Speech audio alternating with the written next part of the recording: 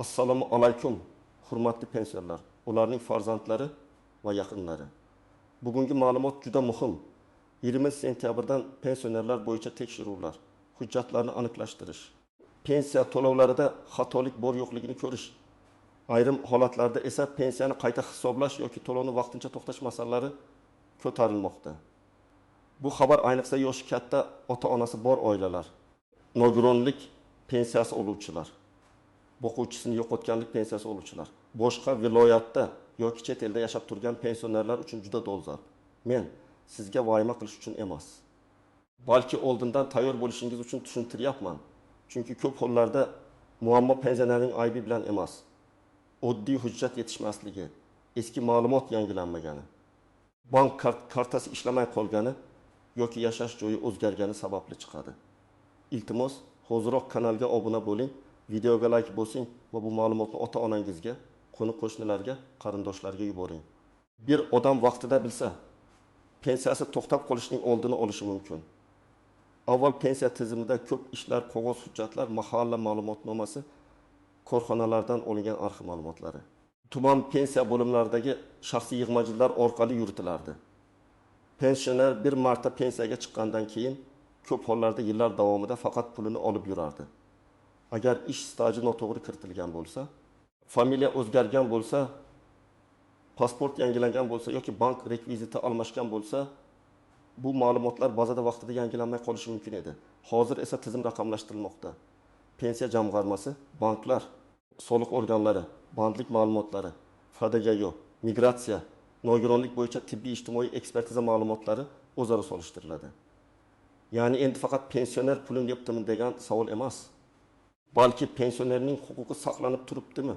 Hujjatlari to'g'rimi? Ma'lumotlar bir-biriga mosmi? Ortiqcha yoki kam to'lov bo'lmayaptimi degan masalalar ham tekshiriladi. Shu yerda eng muhim narsani aytaman. Tekshiruv degani hammani jazolash degani emas. Tekshiruv degani ma'lumotlarni aniqlashtirish degani. Lekin agar aniqlashtirish vaqtida pensionerning hujjatida muammo topilsa, yashash holati bo'yicha savol tug'ilsa, bank kartasi egasi vafot etgan bo'lsa-yu, pulni boshqa odam olib yurgan bo'lsa, nogironlik guruhi muddati tugagan bo'lsa yoki boquvchisini yo'qotganlik pensiyasini olayotgan bola o'qishni davom ettirmayotgan bo'lsa, unda to'lov to'xtatilishi yoki qayta ko'rib chiqilishi mumkin. Oldin ko'pchilik pensionerlar faqat pensiya tayinlanganda hujjat topshirardi. Keyin esa ma'lum bir muammo bo'lmasa, hech kimdan qo'shimcha hujjat so'ralmasdi. Masalan, odam 2010 yilda yoshga doir pensiyaga chiqqan, pasporti eski namunada bo'lgan, keyinchalik ID karti olgan, lekin pensiya tizimidagi ma'lumotlar to'liq yangilanmagan bo'lishi mumkin. Oldin bunday holat yillar davomida ko'zga tashlanmasdi. Hozir esa elektron bazalar solishtirilganda pasport raqami mos emas, tug'ilgan sana yozilishida farq bor. Familiya bir joyda boshqacha yozilgan degan signal chiqishi mumkin. Yana bir misol, pensioner Toshkent viloyatida ro'yxatda, lekin farzandlari bilan Samarqandda yashayapti. Pul bank kartasiga tushyapti. Farzandi olib berib turibdi. Agar yashash joyi bo'yicha ma'lumotlar yangilanmagan bo'lsa, tekshiruv paytida pensionerning haqiqatan hayotligi, qayerda yashayotgani, pulni o'zi olayotgani kabi savollar paydo bo'ladi. Bu ayniqsa pensiya naqd shaklda berilgan yoki ishonchnoma orqali olingan holatlarda ko'proq uchraydi. Yana o'zgarish shuki, hozir pensiyani noto'g'ri olish holatlariga ancha jiddiy qaraladi. Agar inson vafot etgandan keyin ham uning kartasidan pensiya yechib olingan bo'lsa, tizim buni keyin aniqlashi mumkin. Bunday paytda davlat ortiqcha to'langan pulni qaytarishni talab qiladi. Bu juda noqulay vaziyat. Shuning uchun men har doim aytaman, agar oilada pensioner vafot etsa, buni yashirmaslik kerak. Tegishli idoralarga vaqtida xabar berish kerak. Birinchi navbatda nogironlik pensiyasi yoki nafaqasi oluvchilar e'tiborli bo'lishi kerak. Chunki nogironlik guruhi ba'zida muddatsiz beriladi, ba'zida esa ma'lum muddatga belgilanadi. Masalan, bir kishiga ikkinchi guruh nogironlik 1 yilga berilgan bo'lsa, u muddat tugagach tibbiy ijtimoiy ekspertizadan qayta o'tish kerak bo'ladi. Agar u pensiyam tushyapti-ku deb yuraversa, bir kuni to'lov to'xtab qolishi mumkin. Sababi tizimda nogironlik muddati tugagan deb ko'rinadi. Ikkinchi toifa boquvchisini yo'qotganlik pensiyasi oluvchilar. Masalan, ota vafot etgan, farzand o'lindagi yoshgacha pensiya oladi. Agar farzand kunduzgi ta'limda o'qishni davom ettirsa, ayrim holatlarda belgilangan yoshgacha to'lov davom etishi mumkin. Lekin bu yerda o'qish joyidan ma'lumotnoma talabalik holati ta'lim shakli juda muhim. Agar bola sirtqi ta'limga o'tgan bo'lsa, o'qishni tashlagan bo'lsa yoki hujjat vaqtida topshirilmagan bo'lsa, to'lovda muammo chiqadi. Masalan, 19 yoshli talaba har oy 800 ming so'm olayotgan bo'lsa, lekin sentyabrda o'qishga qayta qabul qilinganini tasdiqlovchi ma'lumotnoma topshirmasa, tizim uni huquqi tugagan deb ko'rishi mumkin. Uchinchi toifa chet elga uzoq muddatga ketgan pensionerlar. Masalan, bir pensioner Rossiyadagi farzandinikiga 6 oyga ketgan. Pensiya esa O'zbekistondagi kartaga tushib turibdi. Bunday holatning o'zi har doim qonunbuzarlik degani emas, lekin ma'lumotlar aniqlashtirilishi mumkin. Pensioner hayotmi, o'zi rozimi, pulni kim ishlatyapti, ishonch nima bormi? Karta kimning qo'lida? Mana shu savollar paydo bo'ladi. Agar pensioner uzoq muddat chetda bo'lsa, pensiya bo'limiga oldindan maslahat olib qo'yish maqsadga muvofiq. 4-toifa ishonchnoma orqali pensiya oluvchilar. Ko'p oilalarda bu oddiy holat. Bu yurishga qiynaladi. O'g'li yoki qizi ishonchnoma bilan bankdan pul olib keladi. Bunda hech qanday muammo yo'q. Agar ishonchnoma qonuniy bo'lsa, muddati o'tmagan bo'lsa, pensioner haqiqatan rozilik bergan bo'lsa. Lekin eski ishonchnoma. Muddati o'tgan hujjat pensionerning o'zi boshqa joyda bo'lishi yoki vafot etgandan keyin ham pul olinishi katta muammo keltiradi. 5-toifa pensiyasi ish staji va arxiv hujjatlar asosida hisoblanganlar. Masalan, odam 35 yil ishlaganman deb pensiyaga chiqqan, lekin arxivda ayrim yillar bo'yicha ma'lumot to'liq bo'lmagan. Bir davrda 1907-1991 yillardagi ish haqi noto'g'ri kiritilgan bo'lishi mumkin. Agar tizimda qayta tekshiruv bo'lsa, kam hisoblangan pensiya oshirilishi ham mumkin. Ortiqcha hisoblangan bo'lsa, qayta ko'rib chiqilishi ham mumkin. Shuning uchun tekshiruv faqat yomon xabar emas. Ba'zi pensionerlar uchun bu adolatli qayta hisoblash imkoniyati bo'lishi ham mumkin. Agar siz yoshga doir pensiya olsangiz, hujjatlaringiz joyida bo'lsa, pasport yoki ID kartangiz amalda bo'lsa, bank kartangiz o'zingizda bo'lsa, pensiyani o'zingiz olayotgan bo'lsangiz, yashash joyingiz bo'yicha jiddiy o'zgarish bo'lmasa, siz vahima qilishingiz shart emas. Bunday tekshiruvlar odatda ma'lumotlarni solishtirish va aniqlashtirish uchun bo'ladi. Masalan, 67 yoshli otaxon har oy 20.600.000 so'm pensiya oladi. Mahallada yashaydi, kartasi o'zida, ID kartasi yangi, familiya va tug'ilgan sanasi hamma joyda bir xil. Bunday odamdan ehtimol hech narsa so'ralmasligi ham mumkin. Lekin baribir hujjatlarni bir joyga yig'ib qo'yish foydali. Yana bir misol, 72 yoshli onaxon pensiyasini Xalq banki yoki boshqa bank kartasi orqali oladi. Har oy o'zi ishlatadi. Farzandlari faqat bankomatdan pul yechishda yordam beradi. Agar karta onaxon nomida bo'lsa, PIN kodni farzandlar majburan ishlatmayotgan bo'lsa, pul onaxon ehtiyoji uchun sarflansa, bu oddiy oilaviy yordam hisoblanadi. Ammo karta butunlay boshqa odam qo'lida bo'lib, pensiya puldan bexabar bo'lsa, bu allaqachon xavfli holat. Birinchi xato pensiya tushyapti, demak hammasi joyida deb o'ylash. Yo'q, ba'zi xatolar darrov ko'rinmaydi. Masalan, nogironlik muddati tugagan, lekin 1-2 oy texnik sabab bilan pul tushgan bo'lishi mumkin. Keyin tekshiruvda ortiqcha to'lov aniqlansa, qaytarish talab qilinadi. Ikkinchi xato. Pasport almashganda pensiya bo'limiga xabar bermaslik. Odam ID karta oladi, lekin bankda eski pasport ma'lumoti, pensiya tizimida boshqa raqam, soliq bazasida yana boshqa yozuv turishi mumkin. Bir qarashda mayda narsa, lekin pul tushishi, karta ochish, shaxsni tasdiqlash, ishonchnoma berish jarayonida muammo chiqaradi. Uchinchi xato familiya o'zgarishini yangilamaslik. Ayollar orasida bu juda ko'p uchraydi. Nikoh, ajrim, pasport almashtirish, FHDiyo hujjatlaridagi yozuvlar pensiya hujjatlari bilan mos kelishi kerak. Masalan, mehnat daftarchasida Karimova, pasportda Qodirova, arxiv ma'lumotida Karimovna deb turli yozilgan bo'lsa, stajni tasdiqlashda savol tug'iladi. 4-xato o'lim holatini yashirish. Men buni juda jiddiy aytaman. Ba'zi oilalar hali hujjat qilib ulgurmadik, qarzlar bor edi. Kartaga pul tushib tursin deb vafot etgan pensionerning kartasidan pul yechadi. Bu keyinchalik katta qarzdorlik, hatto huquqiy javobgarlik keltirishi mumkin. Davlat bazalari baribir FHDiyo orqali ma'lumot oladi. Ertami kechmi ortiqcha to'lov aniqlanadi. 5-xato ishonchnoma muddatini tekshirmaslik. Ishonchnoma bir marta berilgan bo'lsa, abadiy ishlamaydi. Uning muddati, vakolat doirasi qaysi bankdan, qaysi to'lovni olish mumkinligi yozilgan bo'ladi. Agar ishonchnoma muddat tugagan bo'lsa, bank pul bermasligi mumkin. Bu paytda odamlar pensiyani to'xtatishdi deb o'ylaydi. Aslida muammo hujjatda bo'ladi. 6-xato. O'quvchisini yo'qotganlik pensiyasi bo'yicha o'qish ma'lumotnomasini kechiktirish. O'quv yili boshida, ayniqsa sentyabrda bu masala dolzarb bo'ladi. Talaba o'qishda davom etayotganini tasdiqlovchi ma'lumotnoma kerak bo'lishi mumkin. Agar bu hujjat topshirilmasa, to'lov to'xtashi yoki kechikishi ehtimoli bor. Birinchi vaziyat 65 yoshli erkak pensiya oladi. Lekin 3 oy oldin pasportini ID kartaga almashtirgan. Bank kartasi eski pasport ma'lumotlari bilan ochilgan. Bir kuni bankda operatsiya qilmoqchi bo'lsa, xodim ma'lumotlar mos emasligini aytadi.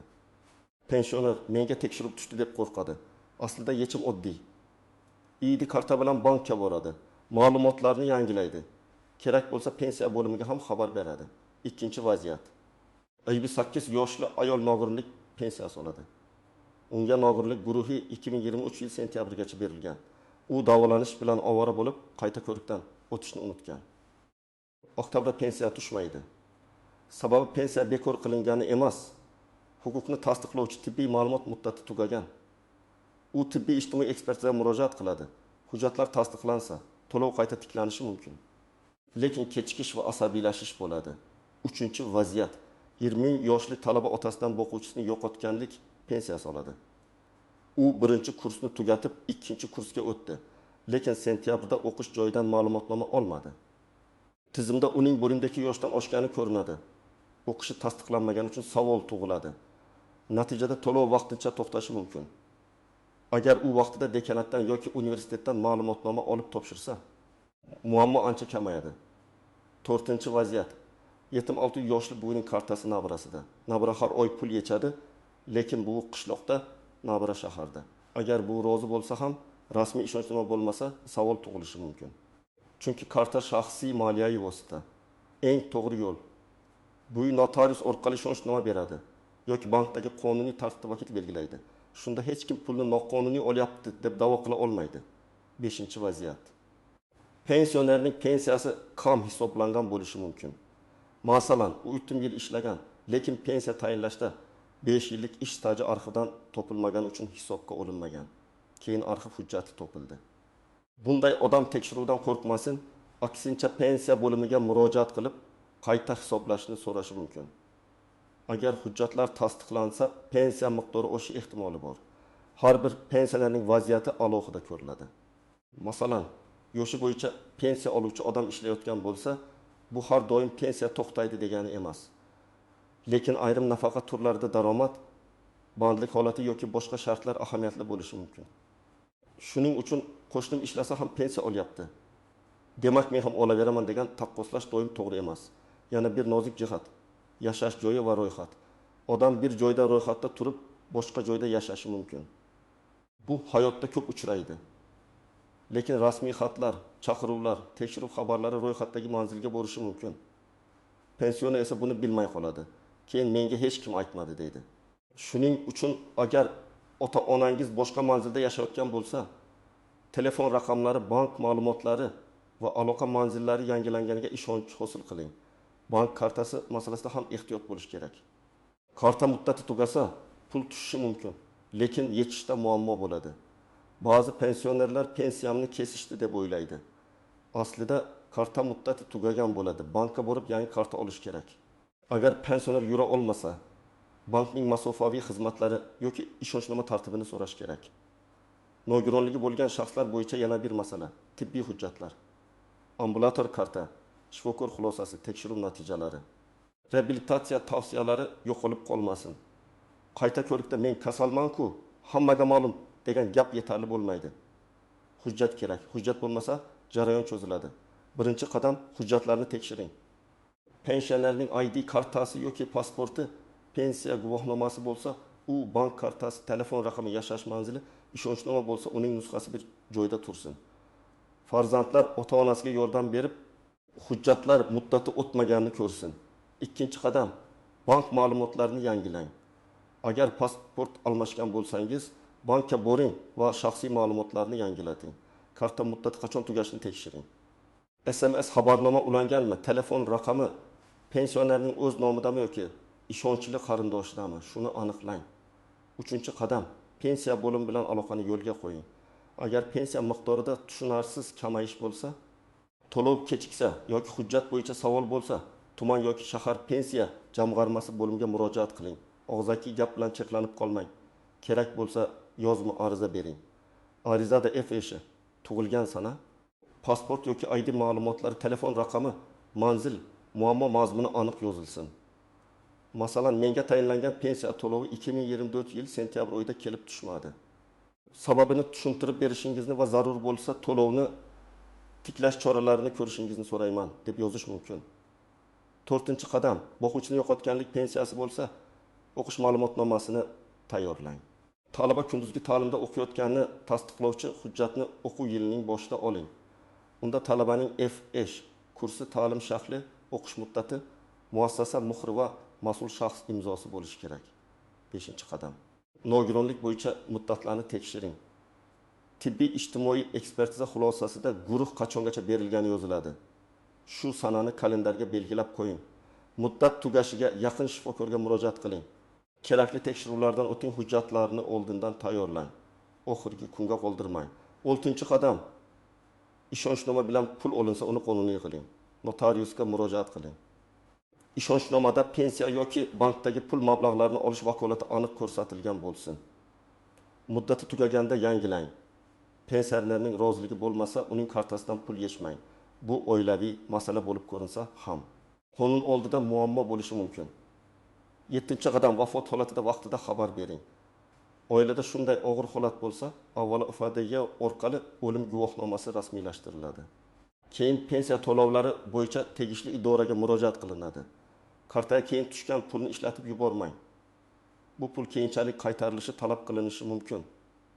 8-qadam, pensiya miqdorini tekshiring.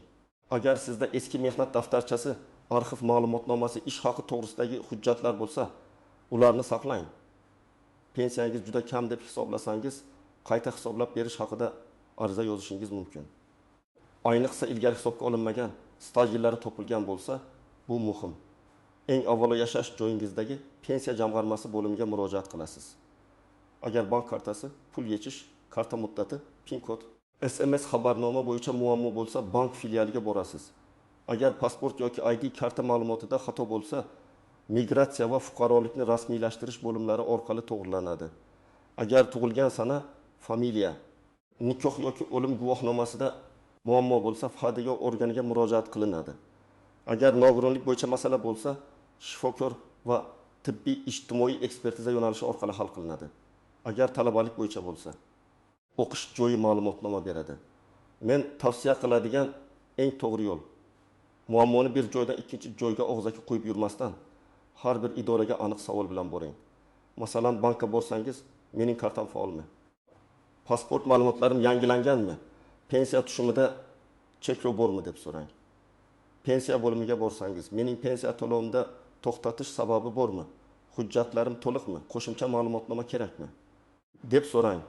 Shunda javob ham aniq bo'ladi. Demak, 20 sentyabrdan boshlab pensionerlar bo'yicha tekshiruvlar yoki ma'lumotlarni aniqlashtirish jarayonlari haqida gap ketganda, eng to'g'ri pozitsiya vahima emas, tayyorgarlikdir. Hujjatlaringiz joyida bo'lsa, bank kartangiz amalda bo'lsa, pensiyani qonuniy olayotgan bo'lsangiz, xavotirga o'rin yo'q. Lekin nogironlik muddati, o'quvchisini yo'qotganlik pensiyasi, ishonchnoma, chet elda bo'lish, pasport almashish, karta muddati, vafot holatidan keyingi to'lovlar kabi masalalarda juda ehtiyot bo'lish kerak. Men sizdan iltimos qilaman, bu ma'lumotni faqat o'zingiz ko'rib qo'ymang. Ota-onangizga, buvi-bobongizga, qo'shningizga, mahalladagi yolg'iz pensionerlarga yuboring. Ko'p odamlar internetdan foydalana olmaydi, lekin aynan ularga bu ma'lumot eng kerak. Kommentariyada yozing, sizning hududingizda pensiya bo'yicha tekshiruv. Hujjat so'rash yoki to'lov kechikishi bo'lyaptimi? Savolingiz bo'lsa, vaziyatingizni yozing. Men keyingi videolarda albatta tushuntirib beraman. Videoga like bosing, kanalga obuna bo'ling va bildirishnomalarni yoqib qo'ying. Shunda pensiya, nafaqa, kompensatsiya va ijtimoiy to'lovlar bo'yicha eng muhim yangiliklardan vaqtida xabardor bo'lasiz.